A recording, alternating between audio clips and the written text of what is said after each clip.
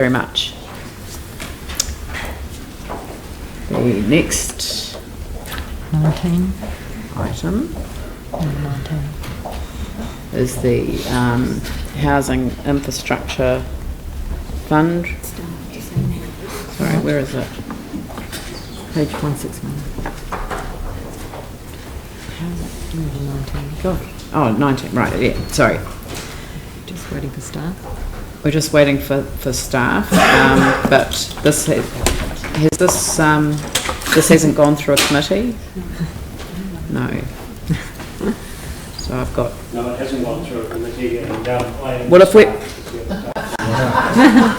There are staff coming up though. Are there staff coming up? Because I can move on, I can do another item and come back to it. Do people have questions? I just have one. Oh, let's see if we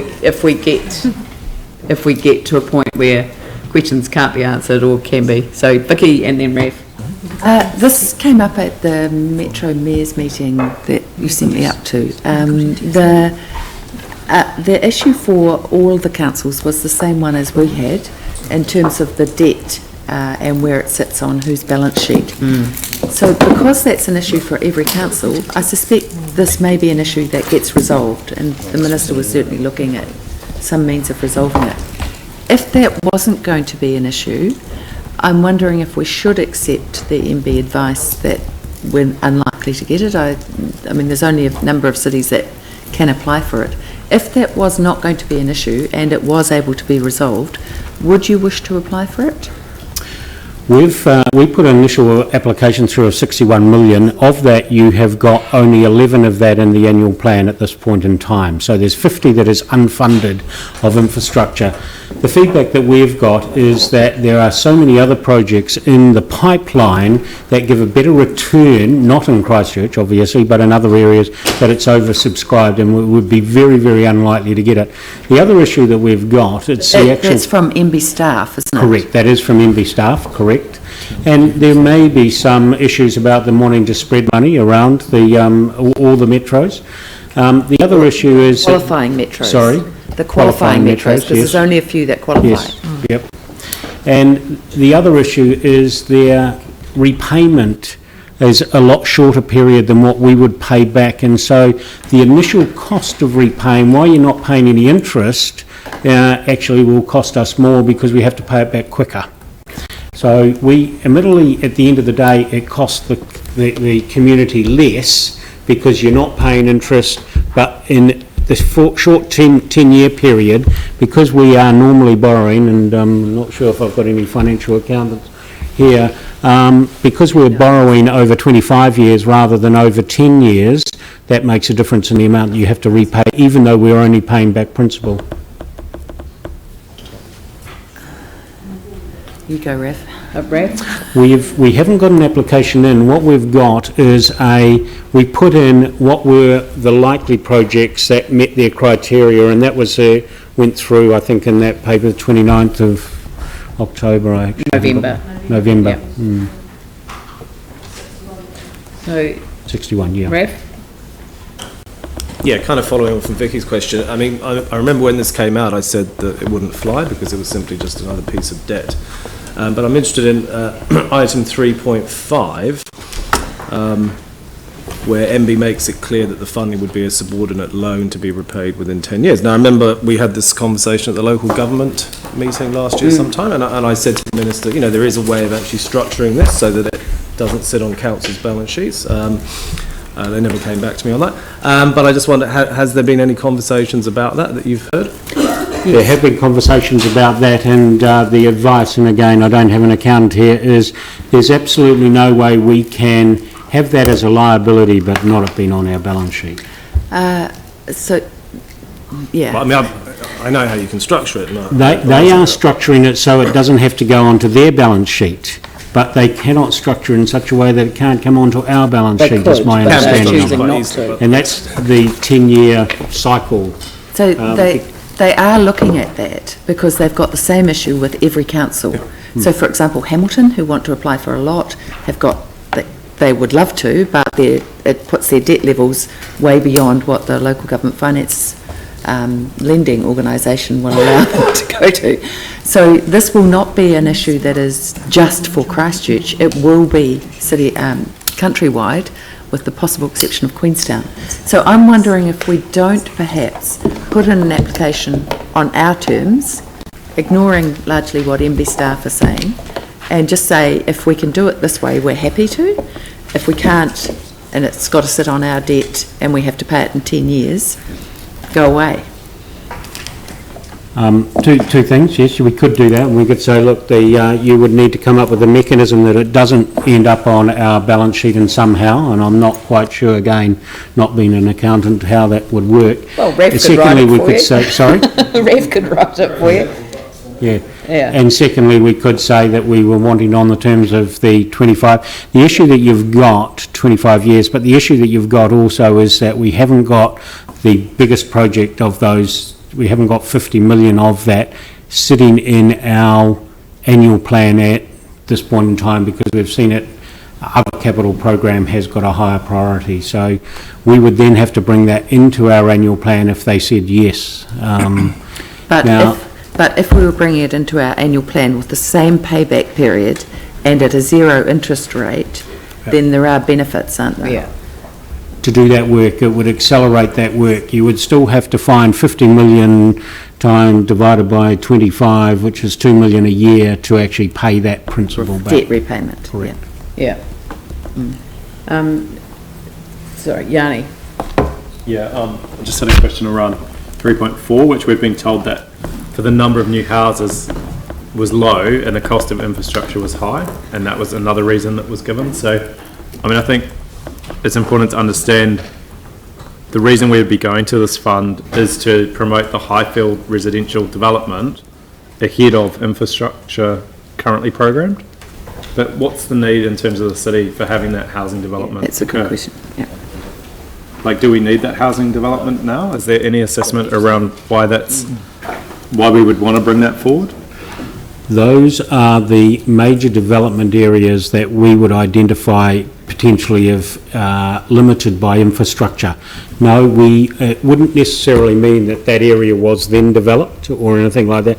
We couldn't put a proviso on that, but it would mean that it was not limited by infrastructure, and that was the purpose of this fund, so that if people, when they were ready to develop, didn't get limited by infrastructure. But in terms of the bigger picture, like, we've got, the Colombo Street site, nothing being built. We've got the Eastern Frame, slow progress.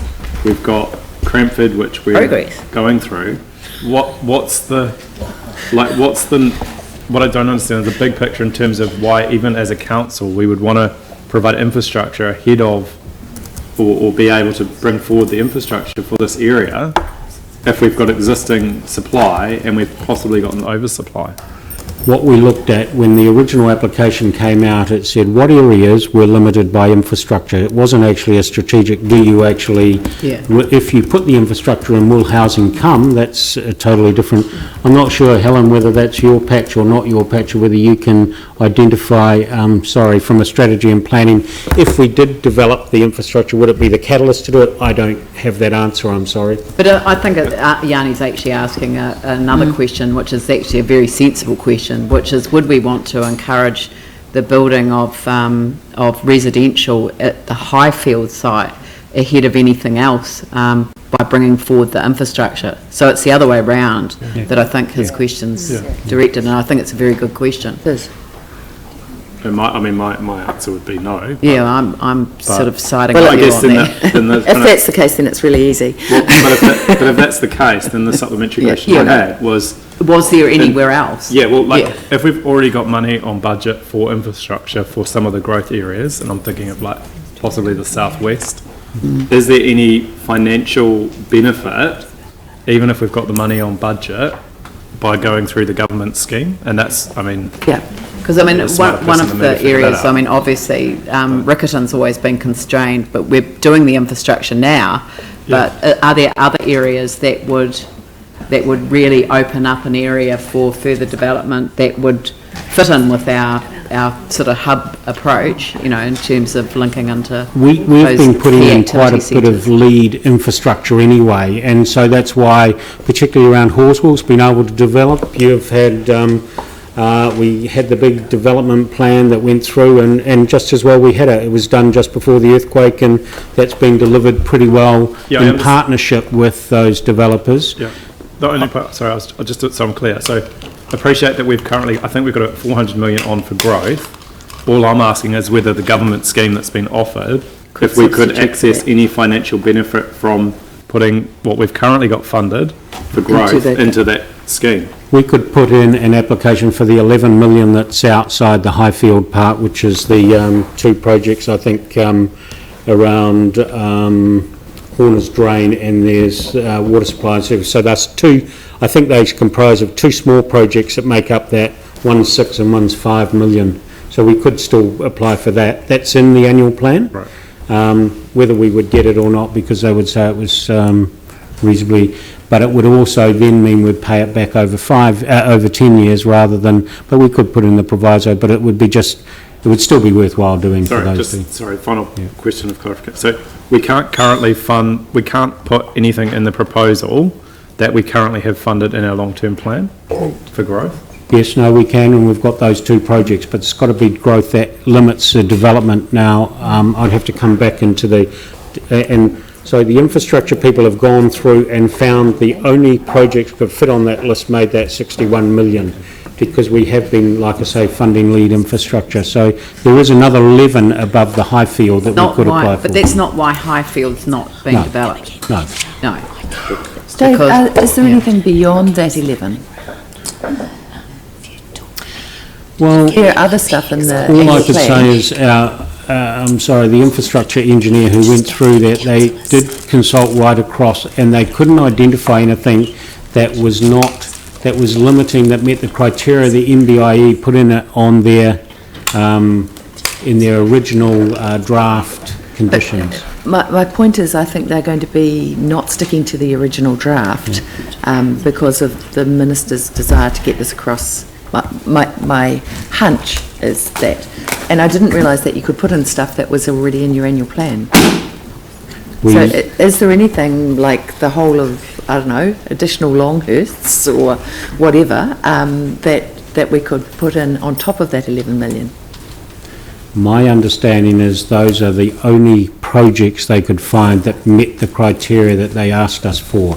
Now, whether they change the criteria and then we could relook at it, that would be... Have you spoken to Hamilton and Auckland and Queenstown and checked that they're sticking to the same criteria as we are? No, we haven't, no. So we've stuck to the criteria that the MBIE have given I us. think we might be the only ones.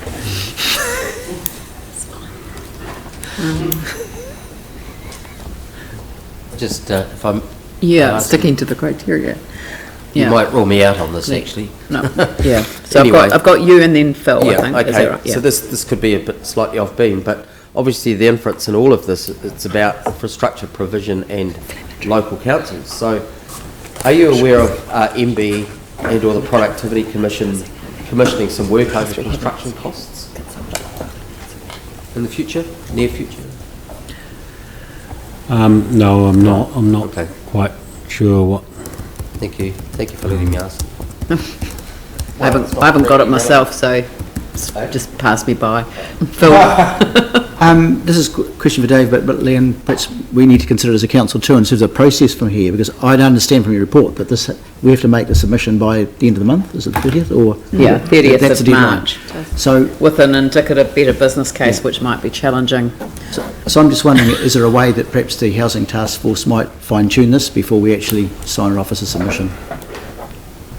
Well, what this report recommends is that we don't make a submission. There's been quite a few suggestions clearly around how in fact there might be some other options that we should consider. Yeah, I would be quite happy for the Housing Task Force to have a look at this and to delegate to them the power to sign off on something. If it You was, might want to have Chair of Finance involved in that as well. yeah, okay, yep, all right. So can we receive the information, the Housing Infrastructure Fund report, and delegate the final decision to the Housing Task Force and the Chair of Finance. And that's been moved.